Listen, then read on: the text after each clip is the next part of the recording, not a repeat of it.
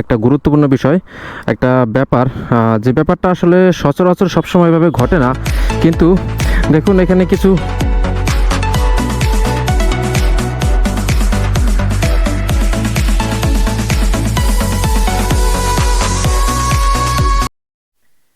বন্ধুরা আপনাদেরকে একটা বিষয় দেখাবো, একটা গুরুত্বপূর্ণ বিষয়, একটা ব্যাপার, যে ব্যাপারটা আসলে সচরাচর সবসময় এভাবে ঘটে না। কিন্তু দেখুন এখানে কিছু বোতল আছে, বিভিন্ন তেলের বোতল বা এরকম অনেক বোতল আছে। এই বোতলের ঘটনা পরে বলতেছি, কিন্তু এই বোতলগুলো আমি এখানে বাঁধার জন্য অনেক চেষ্টা করছিলাম। তো ওই বাঁধার সময় কোনো কারণে এই ডিস্কের উপরে হচ্ছে তেল পড়েছিল। আবার হচ্ছে অনেক সময় চেনে অয়েল দেওয়ার সময়ও কোনো কারণে যদি ডিস্কে তেল পড়ে যায়, ব্রেকে কিন্তু কোনো কাজ করবে না। তো এইভাবেই হঠাৎ করে আমি যখন হচ্ছে বাইকটা টান দিলাম, আমি দেখি যে আমার পায়ের ব্রেকে, পিছনের ব্রেকে কোনো কাজ করতেছে না, টোটালি কোনো কাজ করতেছে না। আমি যত জোরই প্রেস করি না কেন কোনো কাজ করতেছে না। এরপরে কী করলাম, আমি মাঝখানে থামাইয়া একটু হচ্ছে পানি মেরে, ওইখানে আমার ন্যাকড়া আছে, ন্যাকড়া দিয়ে আমি, এই যে ন্যাকড়া আছে, এই ন্যাকড়া দিয়ে দেখুন ন্যাকড়াটা ভিজে এখনও, এই ন্যাকড়া দিয়ে আমি অনেকবার হচ্ছে মুছে আবার চালাইয়া আসতেছিলাম। তো তাতেও তেমন কোনো কাজ হচ্ছে না। তো তেলটা মানে হচ্ছে এই যে সয়াবিন তেল ওইগুলো, তো এখন টোটালি কোনো কাজ করতেছে না। এখন আমি যেটা করব, দেখি এটাতে কাজ করে কিনা, যদি কাজ করে আপনাদেরকে দেখাবো। দেখুন আমার সামনে এখানে বালি আছে। তো আমি যেটা করব, প্রথমে কিছু বালি নিব, বালি নিয়ে দেখুন বাইকটাকে ডবল স্ট্যান্ড করে রেখেছি। এরপরে দেখুন একটু সাবধানে করবেন, কারণ হচ্ছে অনেক সময় বেশিক্ষণ রাইড করলে গরম হয়ে থাকতে পারে। আমি হচ্ছে বালু দিয়ে দিলাম, জানি না আমি কি ভুল করতেছি কিনা বা আসলে কাজ হবে কিনা। বালি দিয়ে আমি কিছুক্ষণ এইভাবে ঘষি, তো যদি কাজ হয় আমি অবশ্যই আপনাদেরকে বলবো। তো এই জন্য অবশ্যই হচ্ছে চেনে অয়েল দেওয়ার সময় বা কোনো কারণে খেয়াল রাখতে হবে যেন অয়েল ডিস্কের উপর না পড়ে, তাহলে কিন্তু ব্রেকে কোনো কাজ করবে না। আর টোটালি হঠাৎ করে বাইক টান দিলে একটা দুর্ঘটনা ঘটার সম্ভাবনা থাকতে পারে। এখন বালি দিয়ে মোটামুটি ঘষেছি, এখন একটু মুছতে হবে আমার। প্রথম হয়তো বা একটু কিস শব্দ করতে পারে, বাট তারপরও অন্তত ব্রেকে তো কাজ করবে, আশা করা যায় কাজ করবে। দেখি কি হয়। ও মোটামুটি একটা পর্যায়ে হচ্ছে নিয়ে আসলাম, মুছতে অনেকক্ষণ মুছলাম, বালিগুলোকে আবার সরিয়ে দিলাম মুছতে ঘষতে। এবারে দেখি আসলে কাজ করা যায়, কাজ করে কি না ব্রেকে। আশা করছি আগের থেকে কিছুটা হলেও কাজ করবে। এর আগে একটু ব্রেকে কাজ করতেছিল না, টোটালি পিছনের ব্রেক ফ্রি একবারে। তো বাবা হাঁপাই গেছি। তো আপনি যদি এই বিষয়টা হঠাৎ করে নোটিশ না করেন, মানে আগে থেকে যদি বুঝতে না পারেন যে আপনার ব্রেকে কাজ করতেছে না, তখন কিন্তু ইমার্জেন্সি ক্ষেত্রে আপনি কোনো দুর্ঘটনার সম্মুখীন হতে পারেন। তো দেখি একটু ব্রেক করে এখন। হ্যাঁ, অনেকটাই কাজ হচ্ছে, আর একটু কাজ হবে। এখন হয়তো অনেকেই বলবেন যে এটা আসলে চালাতে ঠিক হয়ে যেত, কিন্তু আসলে না, কারণ তেলটা একবারে সরাসরি ডিস্কের উপর পড়ছে, তো ডিস্কটা টোটালি ফ্রি হয়ে গেছে। আমি যতই জোরে প্রেস করি না কেন কাজ করে না। হয়তো বা অনেক সময় বা লং টাইম চালাতে কাজ করতো, কিন্তু ততক্ষণে আমি আসলে কোনো না কোনো দুর্ঘটনার শিকার হতাম আমি। হ্যাঁ, এখন অনেকটাই কাজ করতেছে, বাট তারপরও এখনও সেই আগের মতো বাইকটা আসতেছে না। এখন যেমন আছে মোটামুটি হচ্ছে চালানোর মতো একটা পর্যায়ে আসছে, মানে মোটামুটি কনফিডেন্স পাচ্ছি। কিন্তু এর আগে যে অবস্থা ছিল, কোনোভাবেই আসলে চালানোর মতো পর্যায়ে ছিল না, মানে খুব ভয়ে চালানো লাগতেছে যে যখন ব্রেক করা লাগবে। সামনের ব্রেকে যদিও কাজ করতো, বাট বোতলের ঘটনাটা বললি আপনাদেরকে। বোতলের বিষয়টা হচ্ছে, আমি যখনই বাড়ি থেকে বরগুনা আসি, তখনই অনেক সময় কিছু না কিছু আমাকে দিয়ে দেয়। অনেক সময় আচার বাড়ি থেকে বা কোনো একটা খাবার বাড়ি থেকে নিয়ে আসি, অনেক সময় দুধ নিয়ে আসি, গরুর দুধ। তো নিয়ে আস্তে এইভাবে বোতল জমা হতে এরপরে বাড়ি গেলে আমাকে হচ্ছে বলে যে তুই বোতল নিয়ে আসবি বাড়িতে, আবার যখন আসবি তখন হচ্ছে বোতল নিয়ে আসবি, নাহলে তোর কিছু দিব না আর।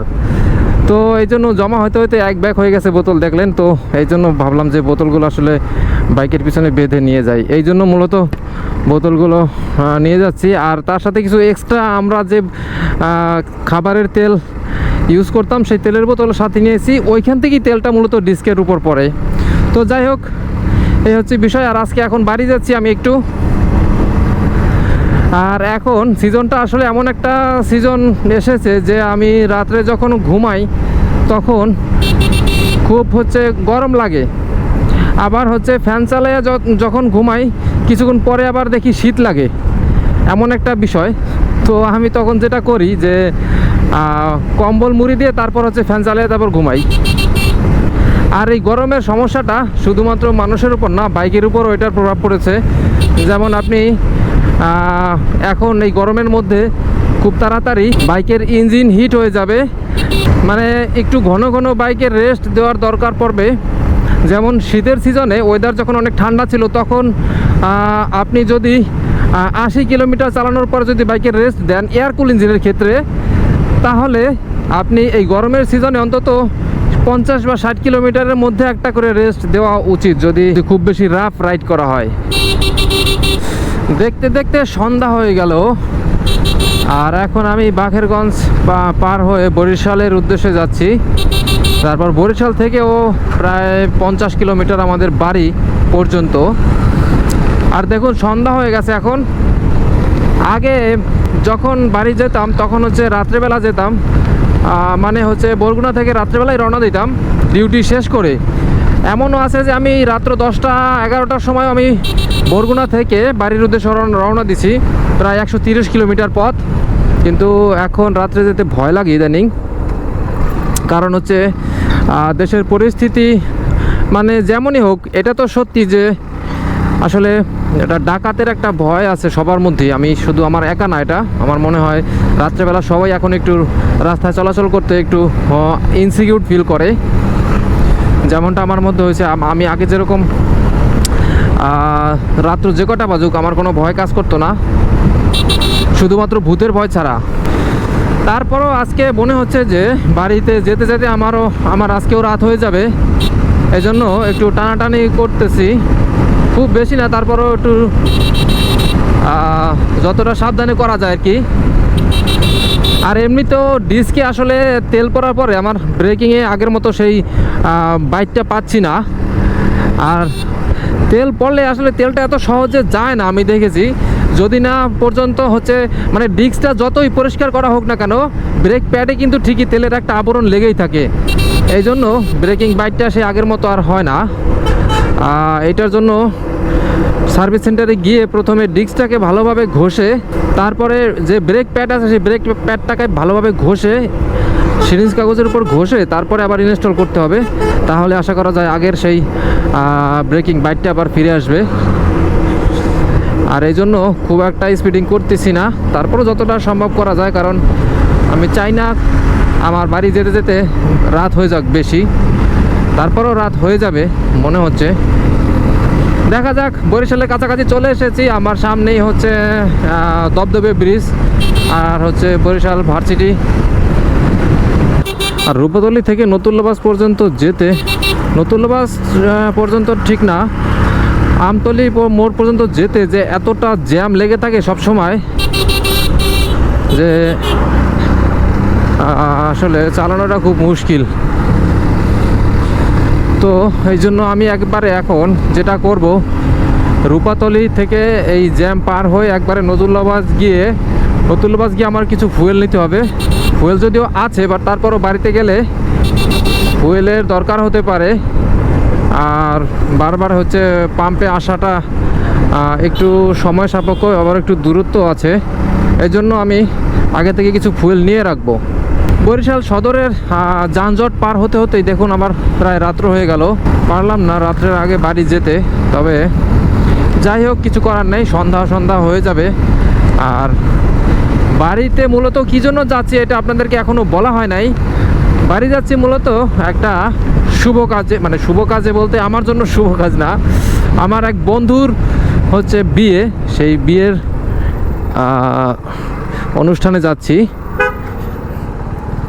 আমার ছোটোবেলার খুব কাছের বন্ধু। তো বিয়ে হচ্ছে আগামী দিন, আর দেখি যদি বিয়ের ভিডিও করি বা যদি করতে পারি, ওরকম যদি পরিবেশ হয় আসলে তাহলে আমি আপনাদেরকে দেখাবো। আসলে বন্ধুরা আমি চাই না যে বিয়ের অনুষ্ঠানে গিয়ে ভিডিও টিডিও করি, এগুলা মানে আমার কাছে আসলে কেন যেন লাগে। তবে আপনারা যদি চান অবশ্যই আমি সেটা দিব, ভিডিও করে রাখবো।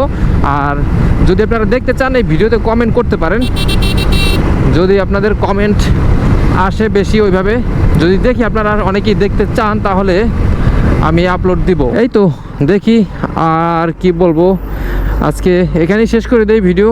একটু টানাটানি করতে হবে এখন, কারণ হচ্ছে আমি চাই না যে বেশি রাত্র হোক। এখন অলরেডি বাজে হচ্ছে 6টা 20 বাজে, মানে 19 তো ওই তো 20 একই কথা। তো ঠিক আছে, বিদায় নিচ্ছি, ভালো থাকবেন সবাই, সুস্থ থাকবেন, আর দেখা হচ্ছে আগামী ব্লগে। সেই পর্যন্ত ভালো থাকবেন, টাটা, বাই বাই।